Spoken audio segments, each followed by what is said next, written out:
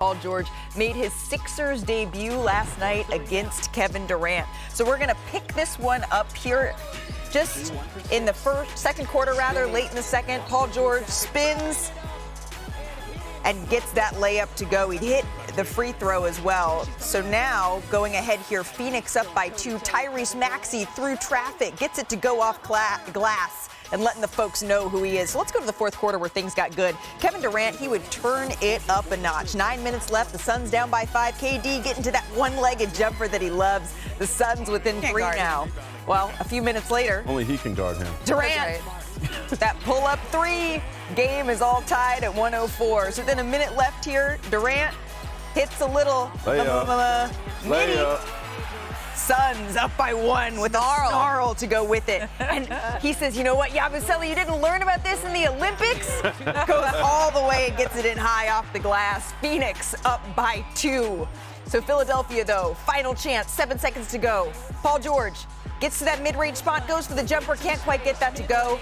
And then Tyrese Maxey has one more chance here, but it wouldn't fall. Before we get to Kevin Durant, let's take a listen to Paul George on that final shot. I thought we were down 1. I thought when KD made the layup, that put them up 1. Otherwise, go for the 3 to try to win the game opposed to going for a 2 to tie the game. So after watching it, another bonehead play.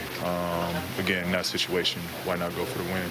We playing together on both sides of the floor, and, we're just having fun out there. So, we got the structure and the system we can rely on for 4 quarters. Even when we're down 6 with 3 or some minutes to go, we could just stay poised and come on and get a W. KD's having fun out there, and we are having fun watching him. The bucket, that was Durant's 25th career go-ahead shot in the final 30 seconds of the game. That is the most in the NBA since he entered the league in 2007. So, Perk, what are you seeing from Kevin Durant right now? He's happy. He's happy. He just said it in the interview. They're having fun out there, right?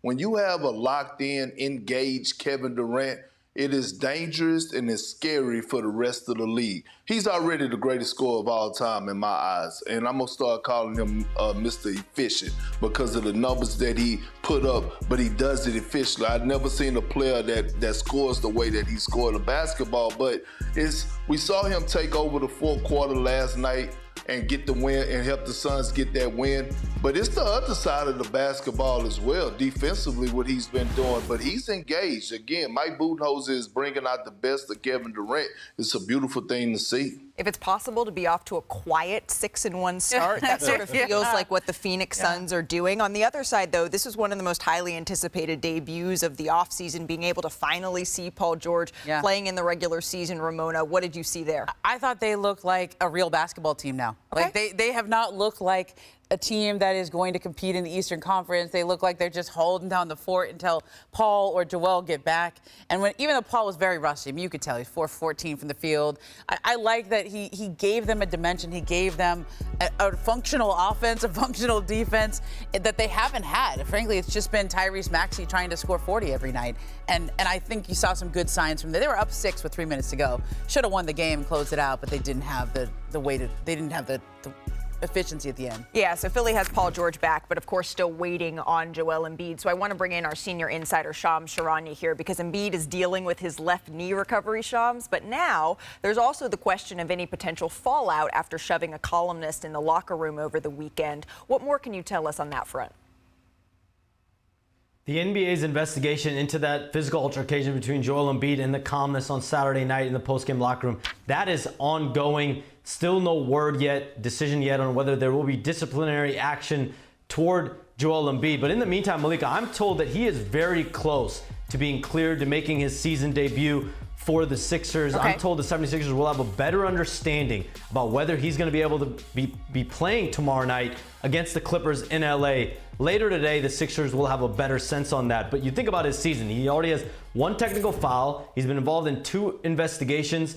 The team got fined $100,000 on a prior investigation, and now he's being investigated for the shove, all before stepping foot on the floor for the Sixers this season. Nick Nurse said it the other day, getting Joel Embiid back on the floor refocused to play basketball. That will be very important for the Sixers right now. Yeah, it's going to be imperative to their postseason chances, and we're already saying that here in November. Shams, I want to switch gears with you if I could here, because you also reported that Gregg Popovich, the head coach of the San Antonio Spurs, suffered a health issue before Saturday's game, and he's going to be away from the sidelines indefinitely. What more can you tell us about that? Like, I'm told that it was a health issue, and it was a serious health issue that the Spurs dealt with and Gregg Popovich dealt with over the weekend. It was a situation on Saturday night pregame that Gregg Popovich needed medical attention in San Antonio. It is still uncertain when he's going to make it back on the floor, on the sidelines for this team. There is a great level of concern around the situation for the Spurs, for Gregg Popovich. In the meantime, assistant coach Mitch Johnson has stepped in as the acting interim head coach. He's a rising head coach in this league. Malika, I'm told he was a finalist for the Washington Wizards head coaching job a season ago in the offseason that went to Brian Keefe. And so this is someone that the Spurs are very well regarded with. They know how important he is, how valuable he is, and he will be at the helm for the foreseeable future. Yeah, and we can see sort of the respect that players rather have here for Mitch Johnson. We're wishing for all of the best here for Gregg Popovich as Ramona joins us as well, because Shams, Ramona and I were both at last night's game, and you have Chris Paul saying that they're going to be competing for Pop. How would you describe the mood, though, Ramona, around the team? Yeah, I thought there was a somber mood in the building last night, Malika. I felt like Mitch Johnson opened up his press conference, and it was interesting. Tom James, the longtime PR director, he came into the room pregame and he said, "For those of you who are not from San Antonio, Mitch Johnson is our coach tonight." And it was like kind of staggering because Pop has been the coach there forever, and it was Mitch Johnson is not a well-known guy in the NBA. I mean, he's a Stanford guy. I've talked to a couple other general managers who had interviewed him and said great things about him.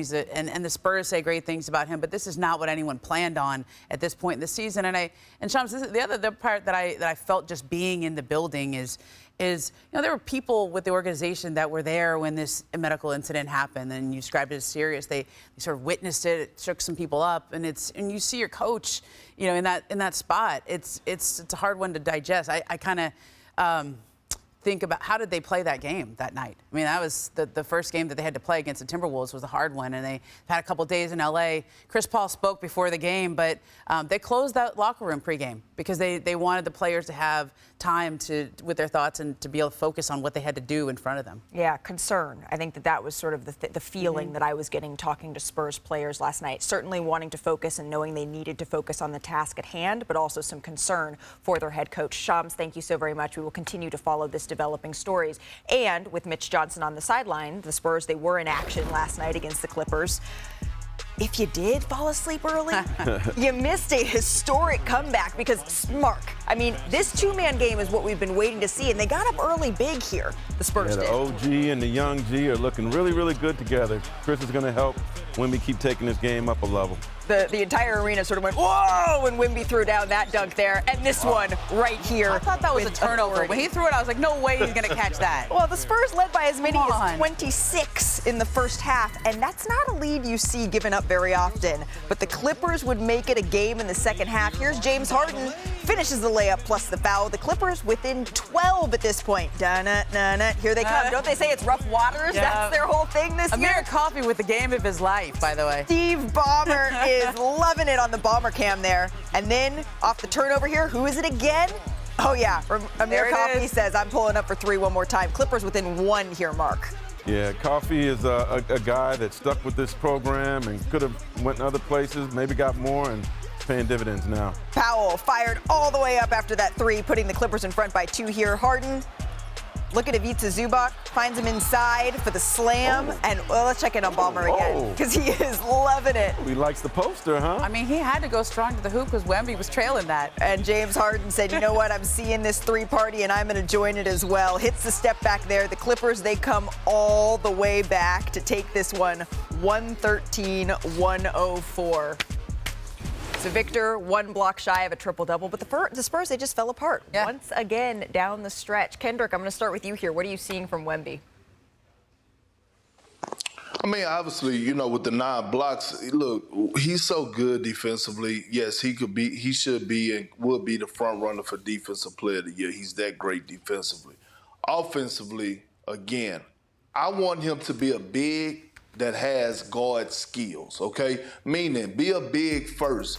I just don't like all the jump shots, especially when you're shooting 25% from the field, shooting jump shots, and you're shooting 71% when you're in the paint. You have CP3. Play the two-man game. More rolls to the basket. We saw 3 of them on the highlights we just displayed, and it was lobs. It was playing the dunker spot. So I just think that if he just get to that point, if the Spurs could figure that out, I think, it would be better for them and better for Wemby. I just want to see less jump shots right now, less in his bag and more in the paint, getting more buckets in the paint and getting to the free throw line more.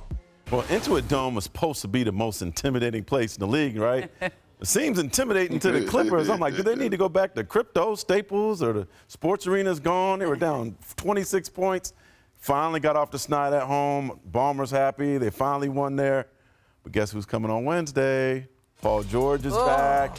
I'm excited about that. I'm told that, they're going to do a big tribute video for him. Understandably. I'm really curious to how the Wall and the other Clippers fans respond to PG being back in the building this early. Yeah, it's a fun arena to see all of the bells and whistles. There's still a novelty to it. The Spurs said they didn't necessarily feel that the way that the Suns did in that first game when it was packed last night. But to your point, Perk, I asked some folks around San Antonio last night, do you want to see Victor shooting this many jump shots? What's the thought when he misses a couple in a row? And the thing is, he needs to add strength because every time he sort of was matched up with Zubats a little bit, you saw him being bullied a little bit on the inside. So there's sort of a balance that they're working on for a young player there. And also, it's a skill to learn how to hold on to those big leads, and that's something that Chris Paul was talking about after the game.